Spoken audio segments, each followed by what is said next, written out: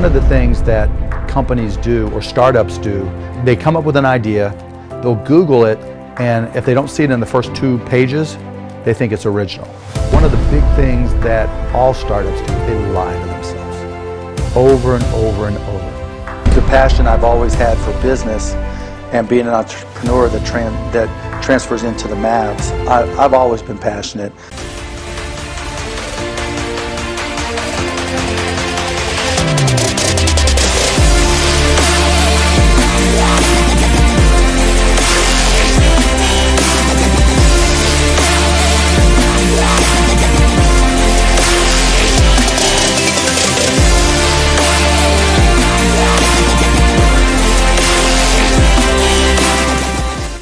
Hey everybody, welcome to our channel, Lifestyle Entrepreneurship. I'm here in beautiful Bali, Indonesia.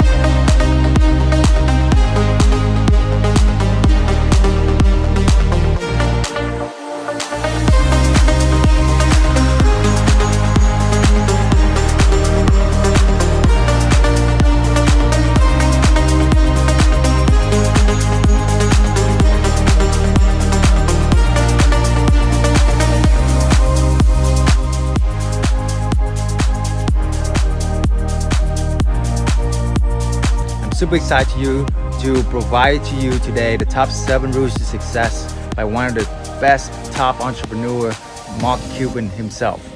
All right guys, first rule is know your strengths and weaknesses. I think the most important is knowing your strengths and weaknesses and knowing what you enjoy doing. You know, if you look at it as a job, you've already lost. It's not going to be your passion, and you're going to count the hours. If you look at it as something you love to do, and then you know what your strengths are, then you can leverage those strengths in your business and in helping others. And once you recognize your weaknesses, then you can work with people that complement you. I mean, every one of my businesses, I've had a partner who's very anal. Martin Woodall, Todd Wagner, I mean, incredibly anal people, perfectionists, because I'm a slob. You know, I'm a big picture, think about what's around the corner, how's technology going to change things, how can I change, you know, this industry, and, you know, making sure that there's somebody there to dot the I's, cross the T's, and keep me in the baselines. And, you know, recognizing my weaknesses is just as important as recognizing my strengths and my core competencies, and you know, having a passion to do them. Know your strengths and weaknesses. What are your strengths? What are your weaknesses? You got to define them. You got to write them down. You got to know yourself. Know yourself is the most important thing in life, in business, in everything.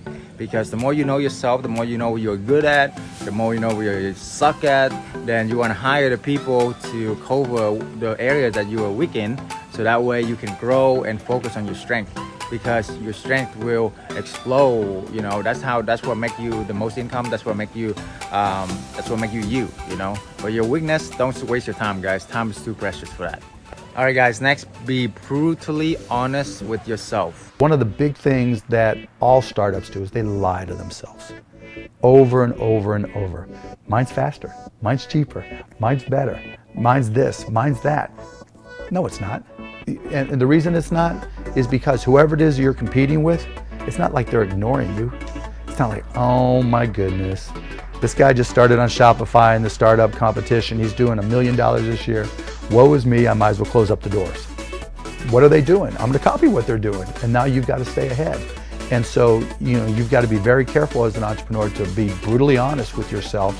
And those are some of the things that you'll hear from me as a mentor, that you know what you know what you don't know, but you've got to know your business better than anybody. Be brutally honest with yourself, okay?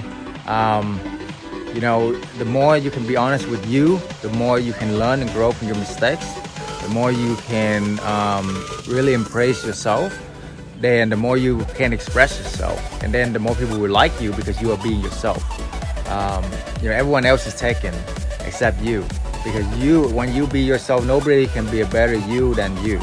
So if you be yourself and just express yourself to your worthwhile goal and dreams, then people will attract you. People, you look at the biggest movie star or whoever celebrity, they are always being themselves. They just, and once you have that, you know that it's okay to be you. People will like you. People will love you. It's okay that some people don't like you and some people will hate you, but that's also okay because it's their choice. And as long as you are being authentic, being you, then you will win every day. Next one is be passionate. The passion I've always had for business and being an entrepreneur that transfers into the Mavs, I've always been passionate. Some people thought, it's more OCD than anything else, which I think is a great trait for an entrepreneur. When I mentioned the stamp business, I would stay up till 3, 4 in the morning, even though I had to get up and go to school, and read Lynn's Stamp News and Scott's Stamp Journals and have them all memorized and use that to give myself an edge. Even when I was in college, I'd be in the library reading business books and just looking for business biographies and just reading all I could about business. When I had Micro Solutions and I started with no money, I'd pull all-nighters in front of borrowed computers, teaching myself software and how to program. Passion, passion, passion. Okay, without passion, nothing can really happen in a big scale. If you don't have any passion about something, don't do it. Really try as much as you can until you have that passion and that drive in you, to make things happen, Like one of my passions is traveling. I love traveling the world and making, a lot of money doing it. And I have, spent decades, more than a decade to figure it out. And I figured it out. So, you gotta have that passion. It took me a lot of ups and downs, but I made it. And I'm, here traveling the world and making a lot of good income doing it as well. So, you gotta figure out what your passion is. So whatever it is, do it. Even if it's like eating, you can do something, focus on that, food, or whatever, Okay guys, next one is know your business. 99% of small businesses you can start with next to no capital. It's more about effort. Small businesses don't fail for lack of capital. They fail for lack of brains. They fail for lack of effort. Most people just aren't willing to put in the time to work smart. I mean, they go for it in a lot of cases, but they just don't recognize how much work's involved. And if you do the preparation, if you start a business, you better know your industry and your company better than anyone in the whole wide world, because you're competing. And to think that whoever it is you're competing with is just going to let you come in and take their business, obviously that's naive. And I think most people don't recognize that. If you're going to compete with me in one of my businesses, you better realize that I'm working 24 hours a day to kick your ass. You gotta know your business more than anybody else, okay? Know your industry, know your business, because your business is serious. Your life work is serious. So always know your business, always know your industry, guys. Always know what you want to do, what you don't want to do. And by knowing all the numbers and stuff like that, and what's the trends, stuff like that, you can avoid pitfalls and you can accelerate and ride the waves, so to speak, right? Waves in business is like in life. You gotta take advantage of the waves. It's not gonna be there forever. There's windows of opportunities always opening and closing. You gotta know your industry to know which one is opening to take and which one is closing so you can get out of it. Don't join a sinking ship, okay? All right, guys, next one is learn from history. One of the things that companies do or startups do, they come up with an idea, they'll Google it, and if they don't see it in the first 2 pages, they think it's original.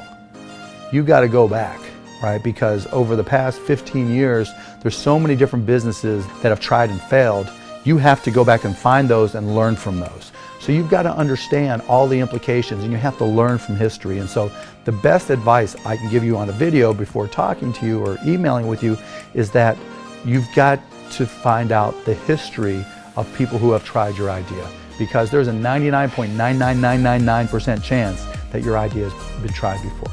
That's not a good reason not to start it, because you might be able to outperform them, but you better learn from the history of your idea Because you know what they say about people who don't learn from history. Learn from history, from other people's history is best. Learn from your history too.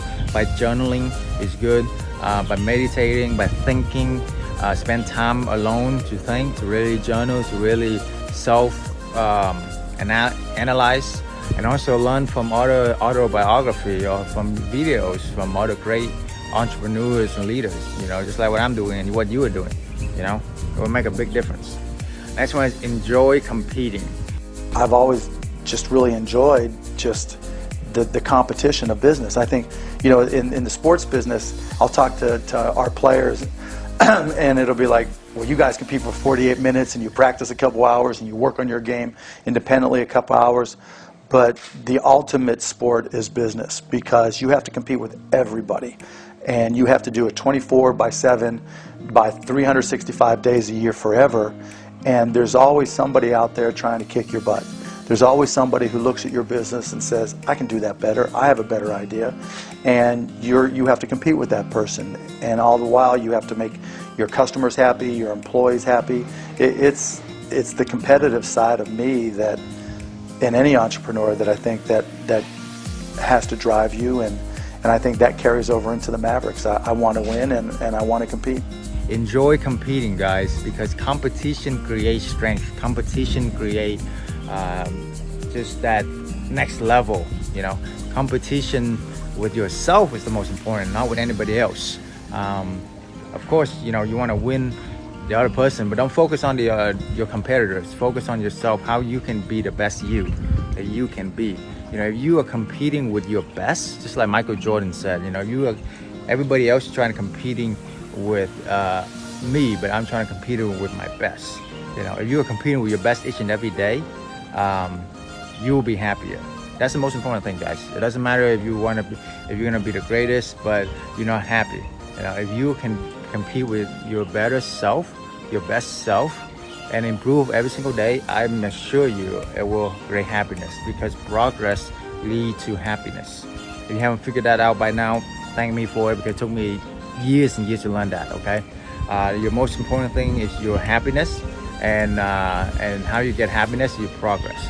Next one is don't make excuses. Just to go after it. I mean, the thing about being an entrepreneur is it's just all to you. You know, a lot of people like to make excuses. I don't have connections, I don't have money, I don't have this. But, you know, if you find something that you like to do or love to do, be great at it and see if you can turn it into a business. In worst case, you're going to have fun doing what it is you love to do. In best case, you can turn it into a business. I'm just not big on excuses. I just think if you're everybody has that opportunity to go for it. They just got to do it. Don't make excuses, guys. You know, take 100% responsibility.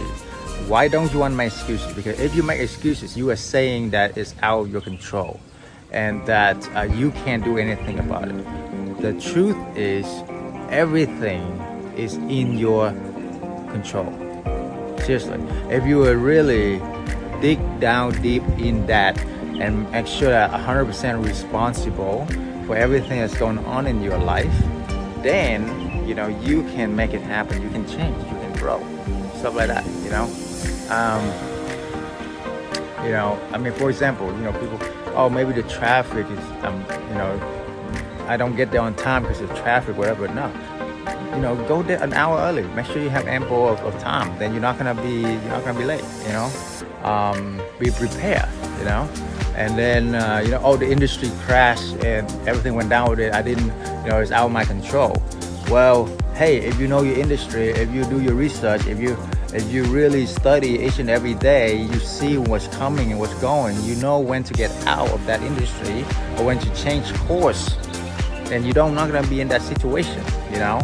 But so you know, really 99.999% of the time, everything is in your control, guys. And really, you get that, because once you get that, you know that you can mold life the way you want. Just like how I mold life, I'm traveling around the world, living in beautiful resorts here in Bali, and you know, going to Australia next, and we just been to Italy and Vietnam. I mean, and I'm making amazing money doing it as well, you know. So it doesn't have to be that you have to grind and work day and night and never take a days off and not, you know, in order to make money and enjoy life. No, man, You gotta really, know that you can mold life the way you want, my friend, and get that. Okay. All right, guys. Top 3 question: what are your strengths and weaknesses? Only you can answer that. Okay. Okay. How can you be brutally honest with yourself? Okay. Next one. What are some of the excuses in life that you have not get rid of? How do you get rid of them, guys? Think, write it down, journal. Okay? We love you.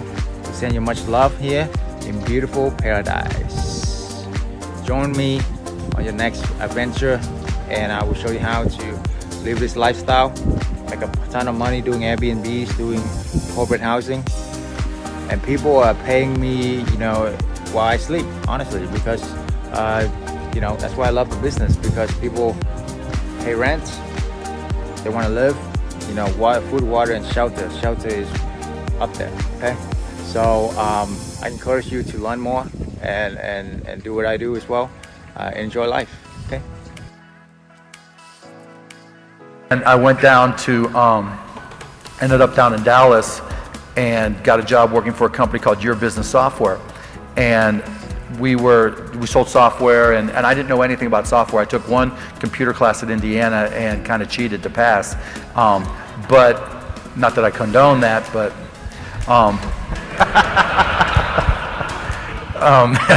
and so I had a customer, and I'd stay up all night reading. I figured, computers were new, and technology was new, this technology was new, so nobody had a head start on me, because it was changing so rapidly like it is today, that if I just put in the time, I can learn as much as anybody else. And so I taught myself, I'd stay up late reading software manuals, taught myself different little simple programming languages, and kept on getting bigger and bigger and better and better, but it was at a retail store. And one of my responsibilities was to come in, sweep the floor, wipe down the windows, and open the store. And I had a customer who wanted me to come out there and close the deal. And it was a $15,000 deal, $1,500 commission to me. Told my boss, he said, no, you need to be there to open the store. And I made the executive decision that I was gonna go get the check. Because I was living 6 guys in a 3-bedroom apartment, sleeping on the floor, and this check meant I could not use the same Holiday Inn towels with holes in them that I'd stolen, But anyway, so I went and picked up the check, thinking when I came back and gave the check to my boss, all would be forgiven, and the sales cures all. Fired me. And so those back-to-back experiences confirmed what I already knew, that I was a shitty ass employee, and then I better start my